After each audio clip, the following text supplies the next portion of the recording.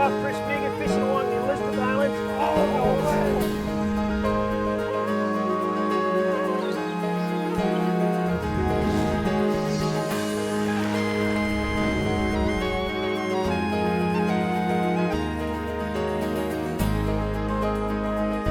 That is a gorgeous They are fish. all beauties.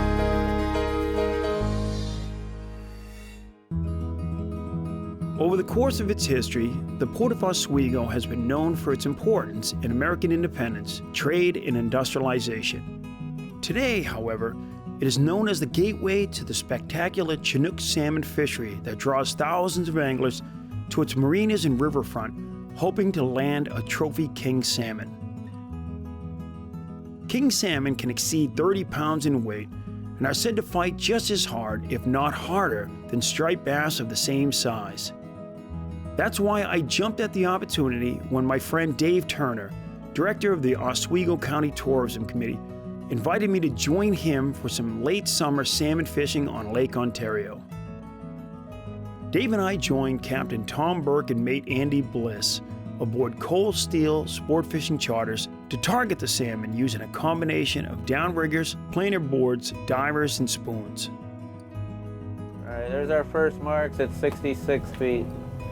So what Andy's doing is Captain Tom Burke is kind of yelling back to him different depths when he's seeing fish as they're marking them. And as Tom's marking the fish, he's yelling back to Andy. Andy's going ahead and setting the lines, trying to find that level where these fish are holding. So if they're in 35 feet and we're at 45, he'll make a quick adjustment.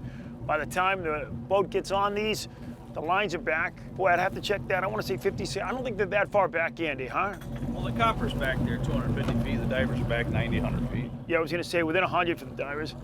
So you're adjusting on the fly depending on what he's yelling out? That there is just as we turn, that's something that 250 copper's down about 55 feet. When we turn, the copper sinks very fast. So you're just taking it up? That'll bottom out. So Right. Take it halfway, halfway in, 100 feet, 150 feet. Fish on, guys. Here we go.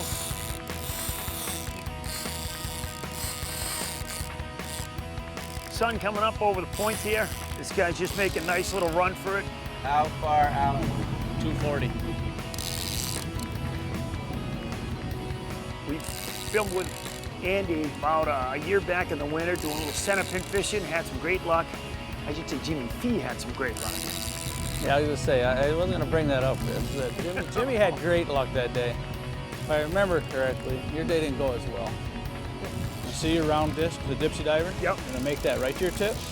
Okay. So the closer it gets, don't pump as much, try to almost straight reel so you don't get it.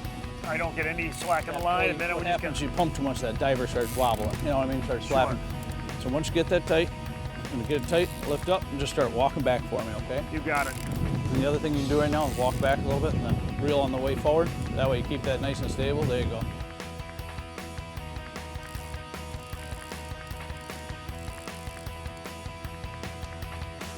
Coming to you right now.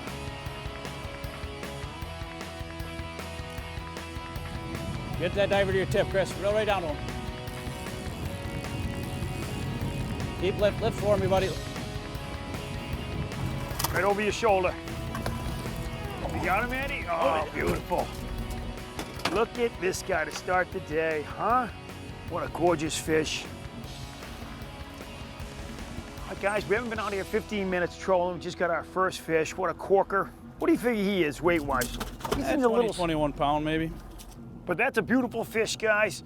And they'll start making this run, you said, as early as July, but for the most part, these fish will start running after Labor Day in numbers. Yes, yes. That way. Consistent numbers start showing up now right through Columbus Day and then even a couple weeks after. Well, we got a beautiful fish, guys. We're gonna go ahead and, this guy's probably gonna go on the dinner table somewhere, Oh, I yeah. take it. So we're gonna go ahead and put this guy in the box, fishing up here, just outside of Oswego River on Lake Ontario, fishing on cold steel charters with Captain Tom Burke, good friend Andy Bliss. Let's get this guy on ice. Go get another one, Chris. There's a point up ahead of us called 9 Mile Point. There's actually a nuclear power plant on it. And just past that point, the water drops down to about 200 feet. And as the captain was explaining, it sounds like it's a little bit of a choke point. All of these fish are staged together. It's funny that the river they came out will be the river that they head back up.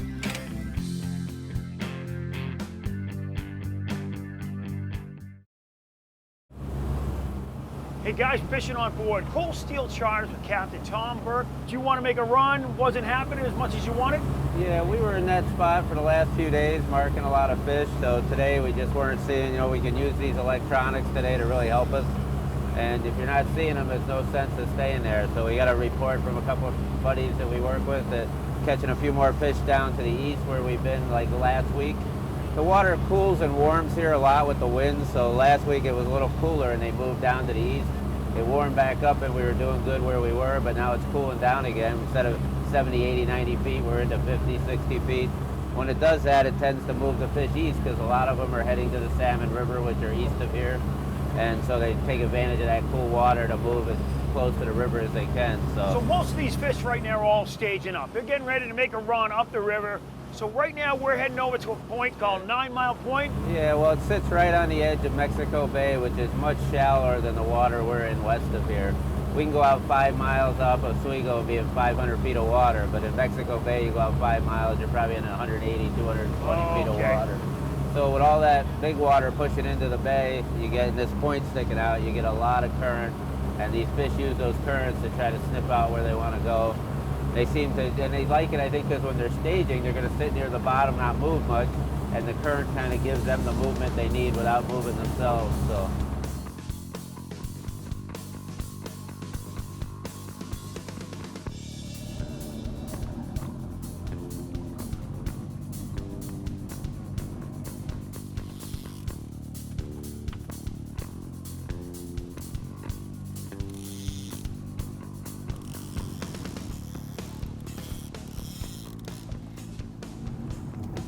What's water temp today? 74.2. 74.2, wow. That's on the warm, surface. Huh? What water temp will is kind of optimal? I mean, they'll run in 70 degrees. But once that river gets below like mid 60s, they'll start pushing heavy. Will they 50s. fry up in 70 degree though? 67 is like their upper threshold. You'll catch them in 67 degrees. 67 to 63, they'll live in that. There you go. Fish on. Easy. Kappa. Let them just slide there. Just let it stay right now? Yeah, just pick it up. You're good. But I'm not going to touch it. No. Unlike the downrigger, we got a reel just on there. How much back in you have? 300 yards. We're going to let him have it all. So this is on the copper? This is on the copper. So one thing they do up here is called a buddy system. I'll take in some of the line, then I'll go ahead and give it to Andy Bliss. He'll take up some of the copper. That's all you, buddy. That's all you're getting out of me.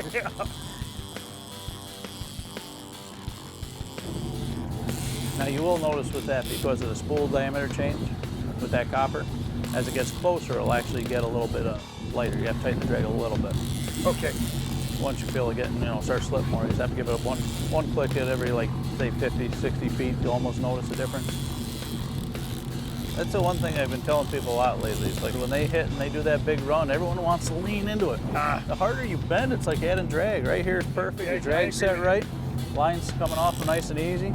And if you can't get the line, just wait a second. You'll get it. And once you get the nose turned, you keep them coming. Keep them coming. It's called the copper walk. So you keep the rod where it is, walk back, forward. That way you're never really giving them slack. You're not doing the pumping and, lifting and dropping. There's a big smallmouth. Oh my God. Look at the size of that thing. Wow. It's like a 6-pound smallmouth right there. Sometimes you get this cold water moves in and shocks them. We got to swing back. That's a big smallmouth. You see that size of that? Look at him. I just saw him right up on the surface. The key to this is the fish is definitely in control. I'm not pumping, I'm just kind of feeling them up that way, keeping them in the water, not putting a ton of pressure on them. I'm gonna walk them right up. Well, okay, well, we thought he was in control.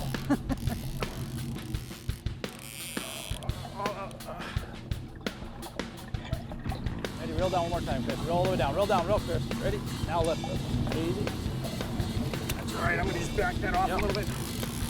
Oh, beautiful, huh? Look at that guy, right down the center, another healthy fish.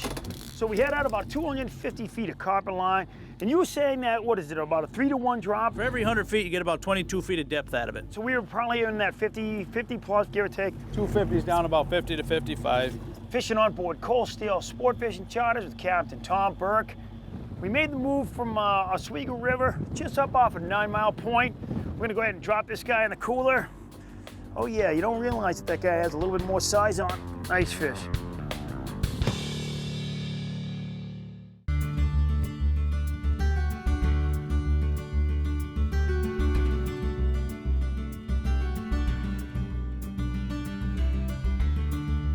Oswego historically has been a great fishing town. There are some of the best charter captains on Lake Ontario, right here in the city of Oswego. The return business, because those charter captains are so strong out of here, is annual. They come back year after year to see the same charter captain to fish with that same team. But at the same time, as we've seen this year, it's because the fishery is so strong right here outside Oswego. We've created great relationships over a long period of time. On our properties, we've even hosted the Oswego County Pro-Am Fishing Derby. Having both of our properties, Quality Inn and Suites and the Best Western Captain Scores, right on the river, we're not only just on the river, we're just over the hill from the East Side Marina. The proximity that we have people who come back will walk right down the hill to the charter boats that are staying over the hill. We've heard there's just nothing better than be able to get up in the morning and have our people walk right over the hill and step on the charter boats that are next door. They come here because, it's a world-class fishery right here in our own backyard. It feels like there's a small population that know that, but those ones that do know it, they come back year after year after year to stay with us.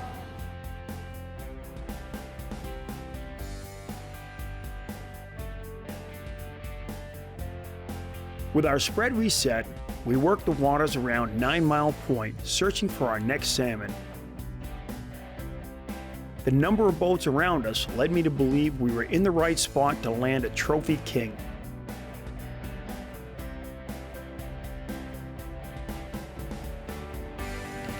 Here we go, Dave. Dave, nice. Oh, he's pulling. Yep. So we just got another knockdown there. Dave Turner's on. Dave, I was hoping that the copper was going to go off and just start feeling like. I know you were.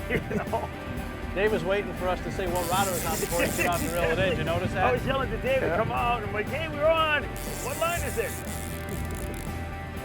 Whoa, that's coming quick, huh? Lift up, walk back, Dave. That was quick.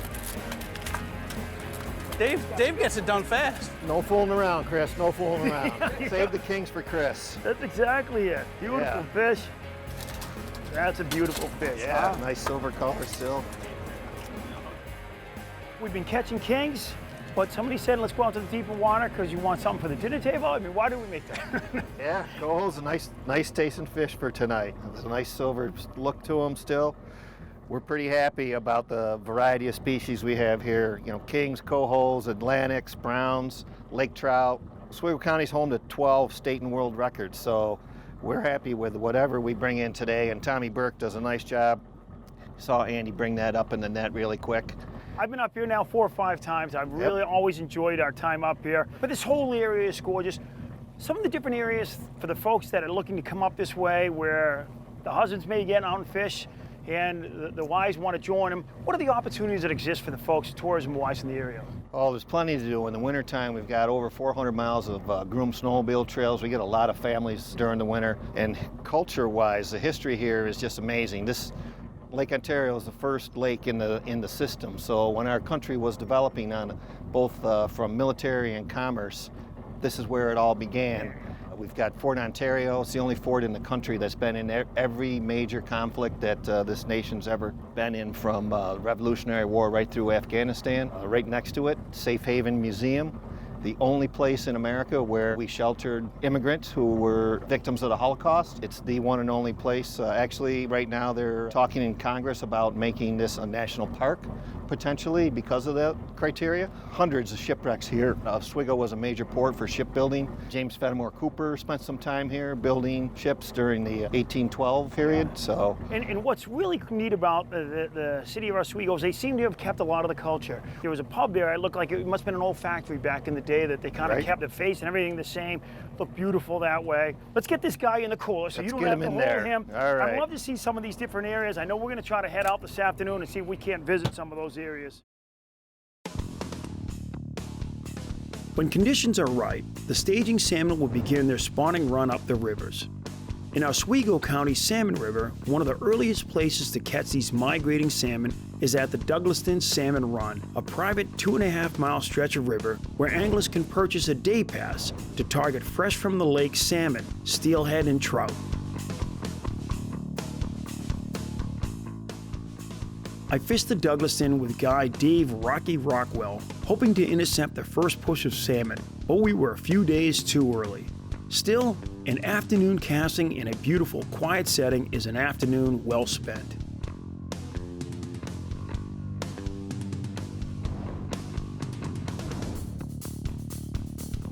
Well, we pulled down here in front of the 9 Mile Point nuclear plants, but it's not so much the nuclear plant. In the spring, we might look for the plant for warm water, but this time of year, we're really looking for the point that it sits on that's creating currents. It's drawing the salmon in to try to figure out where they want to be. We've seen more fish here than we did in our first spot, and it's a traditional late fall spot for them as the water gets cool and they can move in close to the point and get the currents.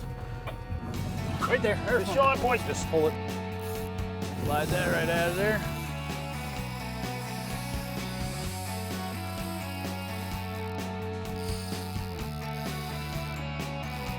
We started out at 100 and now we're at 330. I just want to make you reel more, Chris. Yeah, exactly. So far we picked up a fish plus 20 pounds, and I would say the other one is probably in that 17, 18 pound class. This is extremely accessible to many anglers, so you don't have to be out here. Right now we're in a big sport fish that's 30 plus feet, but sitting here a half mile from shore, you can be out here in a 15-foot aluminum, especially with the wind the way it is today.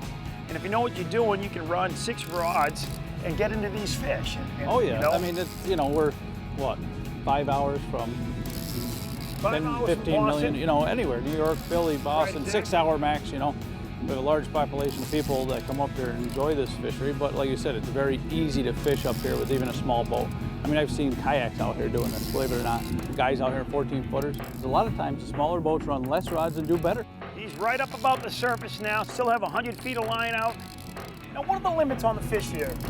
It's a combination limit of kings, coho, steelhead, and browns. It's 3 per person. Lake trout are a separate limit. You're allowed 2 of those. One can be any size. The second one has to be outside of a slot limit they've created for the spawning size, which is 25 to 30 inches. And then you're allowed 1 Atlantic salmon on top of that. So technically our limit of trout and salmon limit is 6 fish a person. Yeah. Oh no, he's in. Going your way. Lift up, lift up, lift up. They let him tangle. Okay, I'm gonna walk him over closer to you. Good, we're clean. Yep. He looks like he's buttoned pretty good.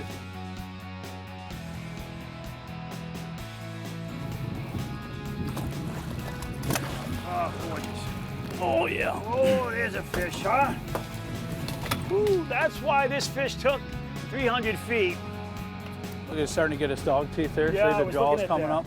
That's where that skin around the jaw actually retracts, pulls tight. That's what makes them tough to get a hook into sometimes. It's all bone you're sticking into here instead of that nice soft skin that the hook gets into. So you start missing a lot of fish. Because it's just so tough in there. Yeah, it's just all bone. That hook has nowhere to go. Well, we've been fortunate right now. You can tell that lamprey out there gave it a little bit of a mark. Gorgeous, about a 25-pound, give or take, king salmon.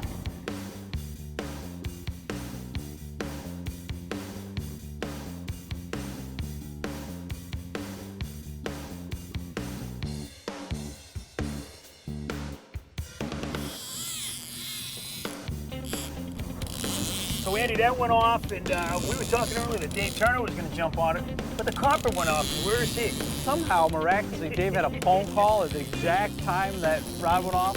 I think he heard the clicker and thought it was ringing on his phone. He picked it up, and he's in the cabin now hiding with the captain.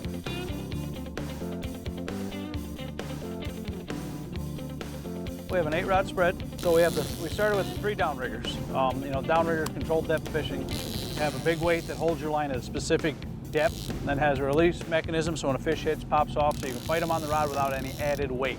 With those, we can set them to certain depths. Like right now, we're going 37 to 53 feet down. The 37, we have a diving plug on, so he's down a little deeper. So really, with the downriggers, we're fishing 45 to say 57 down. So we're covering that, you know, around 50 That foot diving range. plug, I thought I saw a J plug you popped Yep, on there. yep, the Lure Jensen J plug.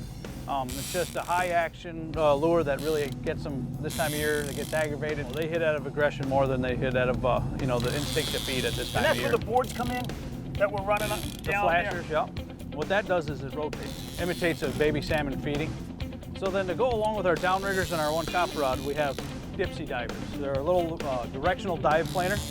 We can set them to go out to the sides. Depending on how far out we let them, that's how they get their depth. That's where these Dakotas really come in handy because they give us a line counter so we can repeatability. Put them at the same spot when they get bit over and over again. With the spread we run, they get to the downriggers first, they get a little spooked, they go out the sides.